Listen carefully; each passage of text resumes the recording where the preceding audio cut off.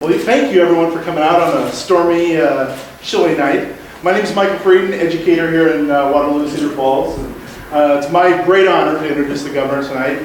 I support him for reasons such as his stance on gun control, on campaign finance reform, supporting a higher minimum wage like he did in Maryland, and of course his investment in education. And so I want to give him a great warm welcome and join me in doing that, and a great Iowa welcome.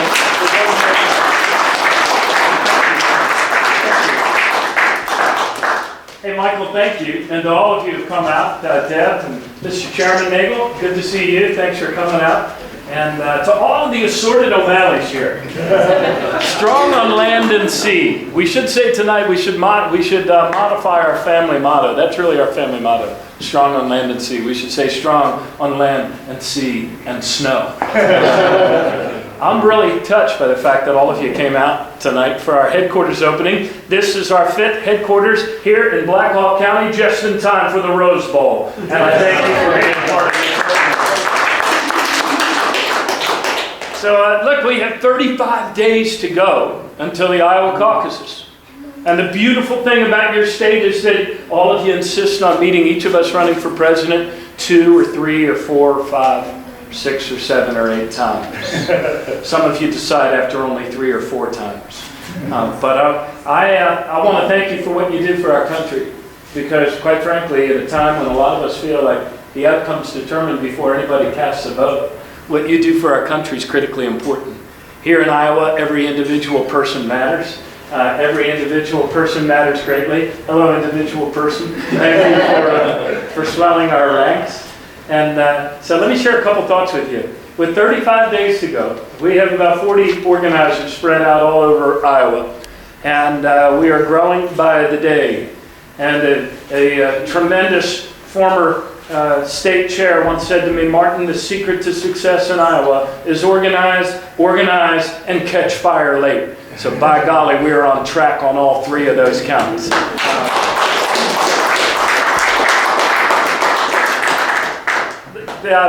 I know that the people of Iowa always have a penchant for upsetting the apple cart on caucus night. In fact, you can rarely ever point to a time when there was a contested primary for president when you did not defy the odds makers and the big money and the big wigs. And now with only 3 of us in the race, only one of us can still upset the apple cart. And that's this campaign. And so I am going to continue, actually I didn't strike that, I'm going to turn on the afterburners for these next 35 days. Because I've been here before, and when I've seen what happens in the last 2 weeks, when neighbors start talking to neighbors and people start making their decisions. I had a veteran say to me about 2 weeks ago, a woman who's been through many Iowa caucus nights, she said, Governor, I know you don't want to hear this, but it's just before Christmas, so it's still way early. But in the last 2 weeks, people make up their mind and people decide. And that's when it all comes together. I'm going to continue to lead with ideas. That's the only way I know how to campaign. I believe that the way you campaign determines how you govern. And whether it was stepping it up at a time in my city's history, when we were flat on our back, and the attitude in town was last person turn off the lights, or whether it was pulling people together and bringing my state through this recession stronger than we entered it. I have always been a practitioner of the politics of inclusion and the economics of inclusion. I remember very well the lessons taught by our parents and grandparents that the more fully we include our neighbors in the economic, social, and political life of our county, of our state, or of our country, the better we all do. And so as governor, we passed the living wage. We raised the minimum wage. We extended prevailing wage to more construction projects than ever before, including school construction projects, where we in essence doubled our public investment even during the recession. And those were all actions, not words. We extended collective bargaining. We passed fair share legislation. And then we went back and passed it for all of our county school boards as well. Memo to Governor Branstad, in the middle of a recession, we actually increased education funding by 37% and made our public schools the best in America 5 years in a row. These were actions, not words.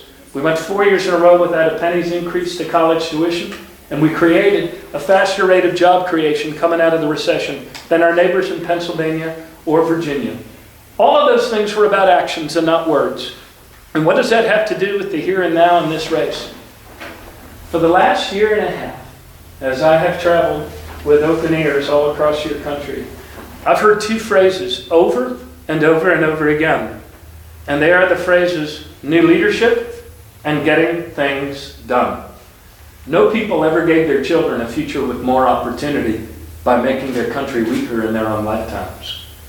There's a beautiful economy to our country. The stronger we make her, the more she gives back to us, to our children, and to our grandchildren. And the good news and the bad news of this time is kind of summed up and begin with a little story here. My oldest daughter, my 24-year-old, Grace O'Malley, the pirate queen. Yeah. The British write the history. They call her a pirate. We think of her as an admiral. But my oldest daughter, Grace, who's named after a real-life figure. But she went into her classroom after her dad had announced for president several months ago at home in Baltimore. Walter B. Carter Elementary, where she teaches first grade. Adorable, 100% African-American kids in her class. And one little girl came up to her and tugged her on the sleeve and said, "Miss O'Malley, I'm not so sure about this idea of your father running for president, because quite frankly, I kind of like Barack Obama." Well, a lot of us like Barack Obama. And here's the good news and the bad news of our times. The good news is that when we were this close to a second Great Depression, our party, the party of Roosevelt, the party of Kennedy, our party brought forward a new leader in Barack Obama to pull us together and move us forward as a country. And that's exactly what he's done. We elected a president, not a magician. But even the Republicans cannot deny the fact that for the last 69 months in a row, we've created positive job growth now as a nation. For 69 months in a row, positive month-over-month job growth. And that's the very good news, right? We're the only species without full employment. Jobs are important, right, Mr. President? So, but the hard news of our times is this, and we need to own it if we're going to have any credibility to solve the problem. And that is that 70% of us are earning the same or less than we were 12 years ago. And that's not the way our economy is supposed to work. That's not the way our country is supposed to work. We cannot craft a new foreign policy of engagement and collaboration, a more far-seeing national security strategy that identifies and mitigates threats, unless we can also make ourselves stronger here at home. Hard to have credibility in the world if our cities are rioting, isn't it? Hard to have credibility in the world if the land of opportunity is becoming a place where wages are flatlining or declining. So look, the happy fact of our times is that we don't need to put on a false self. We merely need to return to our true selves and remember that our economy is not money. It's people.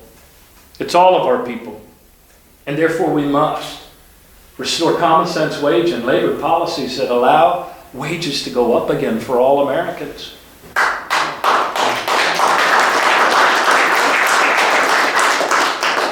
Among them, and not an exhaustive list, always keeping the minimum wage above the poverty level, paying overtime pay for overtime work, making it easier, not harder, for people to join labor unions and bargain collectively for better wages, because that helps all of us.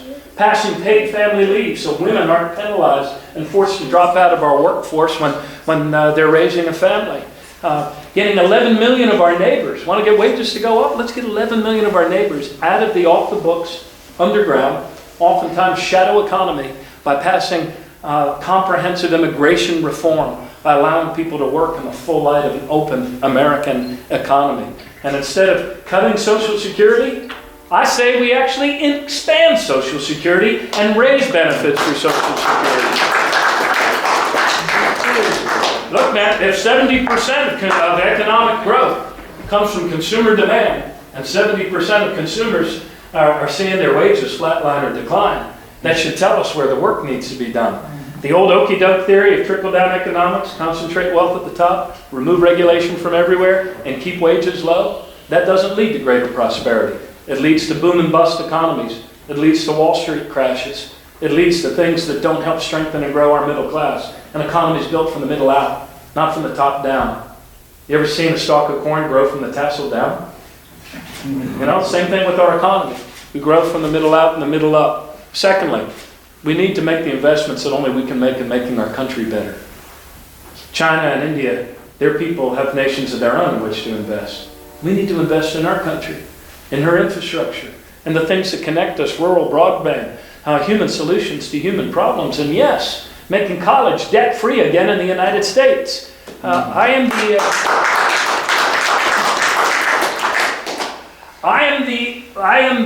or let me say it this way, historic moment.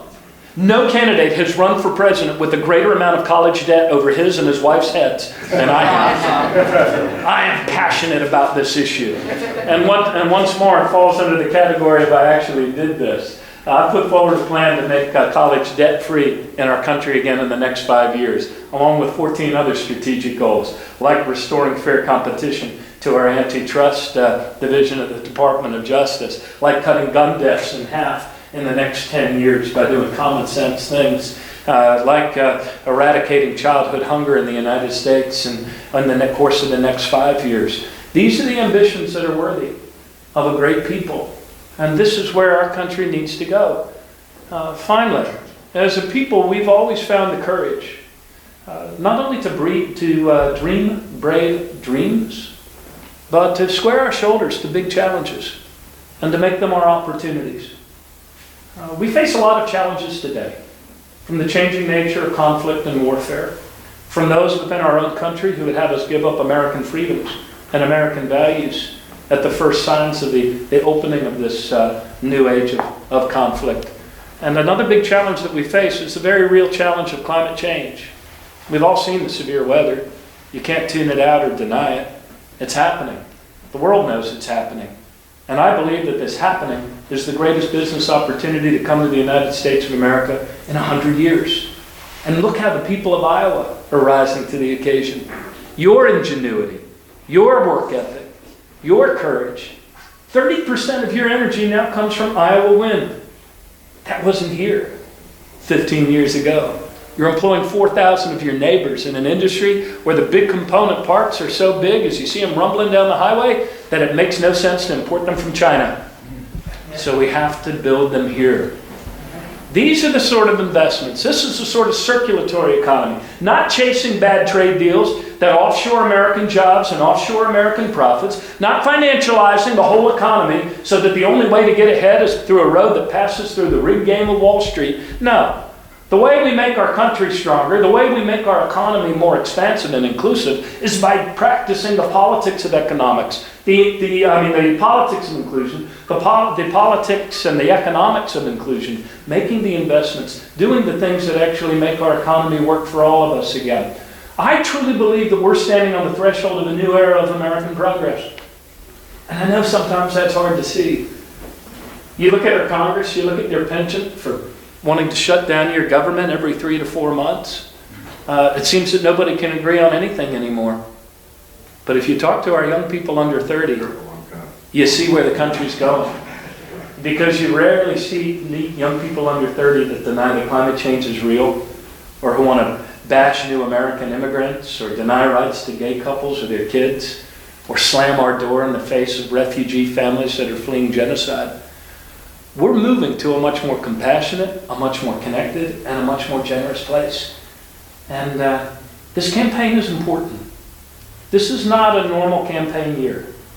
When the leading candidate for the Republican nomination for president is able to boost his poll numbers every week by increasingly more and more overtly fascist appeals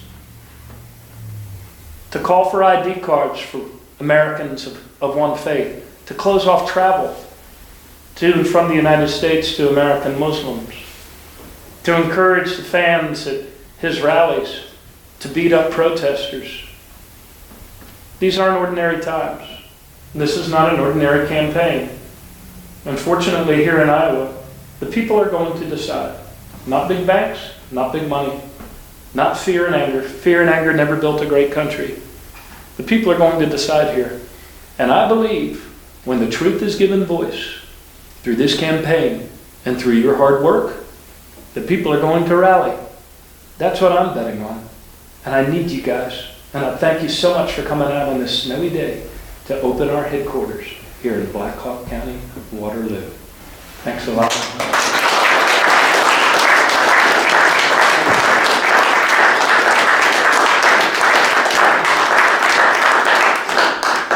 Are you doing questions or answers, thoughts or concerns? We have time for a couple questions. Yes, sir. Just one, do you get to go home at all in the next 35 days? You know, thank you for asking. I was home yesterday. Yeah, so I was home for Christmas Okay. and for about 2 or 3 days. And then I'll be going home in another 2 or 3 days. I try to pass through at least once a week so my wife still recognizes me. Yep, that's good. Yeah. And, yeah, we had a good Christmas. My littlest boy got a hoverboard. That was the big gift. I hope his teeth are still in place when I go home. Yes, sir. I have a question concerning your gun reform issues. Yeah, sure. I am very much in favor of comprehensive gun safety legislation, and I have held that position for many years. After the kids were slaughtered in that classroom in Connecticut, I brought the people of my state together, and facing down the NRA, we passed comprehensive gun safety legislation that included a universal background checks, fingerprinting for the purchases of new weapons. We banned combat assault weapons, and we banned the sale of magazines with more than 10 rounds. And not a single hunter in our state had their hunting season or hunting privileges interrupted because of it. In fact, when the NRA wrote to all of their members to tell them I was trying to infringe upon the rights of hunters, I pulled the permits and the licenses of all the hunters in our state. Maybe I slaughtered the whole species. And I wrote to them and thanked them for being hunters. And so we passed that. I've never met a self-respecting hunter that needed an AR-15 to down a deer. And so I have been advocating for this in the course of this campaign. And I think we have the opportunity to make a new consensus. You know, it was not that long ago when the sale of combat assault weapons were banned in the United States. And now you have ISIL doing training videos online, putting them on YouTube for their one-off or two-off lone wolves, telling them that the easiest way to get a combat assault weapon in the United States is to go to a gun show where there are no regulations. I mean, you don't need a Homeland Security expert to tell you that that's a vulnerability. So I am in favor of comprehensive gun safety legislation. Before you leave, I'd like to talk to you a little more about this too, if we can. Sure, Thank you. no problem. Yeah, there's a gun show coming up this weekend here in town, a 3-day gun show. Is there? I think it's this weekend. February 20. Yeah. So, it is too bad. I understand you're moving up to New Hampshire. Yeah, I'm moving up in New Hampshire. We're at, our polls say we're at 9%, and unless you saw something more recent. I think the highest I've seen was a 9% poll in New Hampshire. And the highest we saw here was in the last couple of days, Mr. Chairman, we saw 10% in Iowa. And boy, were my Iowa.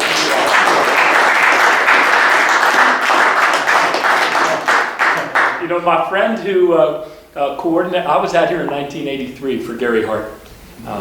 Totally unknown candidate, written off and by all the pundits many times ahead of time. And my friend John Whitehurst, who now lives with his family and about my age in San Francisco, he coordinated Waterloo in 1983. He said, "Martin, do you remember what happened over Christmas vacation when we were out there together?" I said, "No, what happened?" He said, "Hart in a poll dropped from 7% to 3.5%.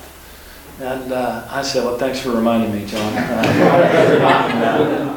So we had the reverse happen. We went from our 4 to 10 in Iowa. And that 10% means that we're higher than Bill Clinton at the end of December, higher than John Kerry, certainly higher than Gary Hart, higher than John Edwards, higher than Jimmy Carter? So, that's right. At the end of December, if they were even doing polling in 1976. So, look, our job is, look, we've got, my sense is, as you talk to people, one of the biggest jumps we've seen in the polling is also the number of people who recognize my name now, because none of those other candidates who came out of the blue to surprise because of your judgment of their candidacy and their ideas, none of those candidates had the advantage that we have of being one of only 3 candidates on that stage. And so we've got a couple more debates. We've got the Black and Brown Forum, January 11th. And then we have the fourth and final before the caucuses debate in South Carolina. I'm sure they'll find a way to, no, football season will be over by then, so they can't hide it behind a Hawkeyes game, yeah, so we have about 10 staff in New Hampshire. We have a full-time staff in South Carolina. The chair of our South Carolina campaign was the party's nominee for governor the last time around. He didn't succeed, but a great guy, state senator there named Vincent Shaheen. We also have in South Carolina the head of the Edwards campaign from 2008, John Moylan, is for O'Malley for president. And also for me is Trip King, who was the head of the Biden forces there in South Carolina the last time, and was getting ready to be for Biden this time, had Vice President gotten into the race. He was here in 08. Pardon? He was here in 08. Was here in 08. I know he knows a lot of people here. Very good man. Honored to have his support as well. And then in Nevada, Oscar Goodman, Nevada. Nevada, Oscar, don't say Nevada. Nevada, Oscar Goodman, former mayor of Las Vegas, is my friend, and he's the chair of our campaign there. Las Vegas is probably, about a third of the turnout for their caucuses is probably Las Vegas Metro in their whole state. And so, and we've gotten on the ballot now in 18 states all across the United States. And we're collecting signatures in Illinois. If any of y'all have friends in Illinois, by golly, we're looking for people to run for delegate. Are there any O'Malleys in Illinois? We'll find them. I'm told there's 88 O'Malleys in the state of Iowa. I've so far found, I think, 8 of them. One more question here, Governor. And then you guys got to get home before the Reds go away. Is it true that you guys don't plow here until the snow decides it's done? Spring. We plow in the spring. I used to be a mayor. Man, a mayor's reputation can rise or fall on the snow. Want to hear a cool story? In our very first snowstorm, I was elected. I was a young mayor. I was 36, second youngest mayor in the history of Baltimore. Shortly after I was elected, we got hit with this big snowstorm, kind of a wallop that came in, kind of a nor'easter thing that turned on us. None of the meteorologists saw it. People got snowed in. And in our state, snow this size would close us down for weeks. I mean, this is big snow. So this was about 1.5 feet, 2 feet, and a lot of people were caught inside. And so we put together a huge phone bank. We called every registered voter, Democrat, Republican, and Independent, over 65. And we called them and said, Mayor O'Malley's office calling. We want to check on you to make sure you're okay. And if you need bread, milk, or toilet paper, we'll have an officer drop by a care package. And we got all of the local grocery stores to do a press conference on it. We must have asked, tens of thousands of people if they needed help. We only had about 300 that actually said, yeah, bring the care package. And we think probably only 1/10 of them actually need it. The other ones were testing us. But from that moment on, for the next several years, I ran into people that said, you called my mother. You called my father. Michael Olesker, a reporter in town, said, you made me look bad. When I called my father the day after the snowstorm to check on him, he said, fine, you called me 24 hours after the storm. The mayor called me the night of the storm. All right, well, look, gang, I'm worried about you getting home. Please be safe driving, and thank you for what you're doing for me on this campaign. I will not let you down. We are going to let the people decide, and I believe that people are rallying to this campaign. There always comes a time when people finally kind of wake up and say, what are the alternatives really? And for a lot of your neighbors, your ability to tell them that they have more than just 2 choices is the difference between beating expectations and not beating expectations here in Iowa. So thank you for organizing for me. And look, we've got a website, martino'malley.com. It has all sorts of great information on it. And thank you again for coming out today.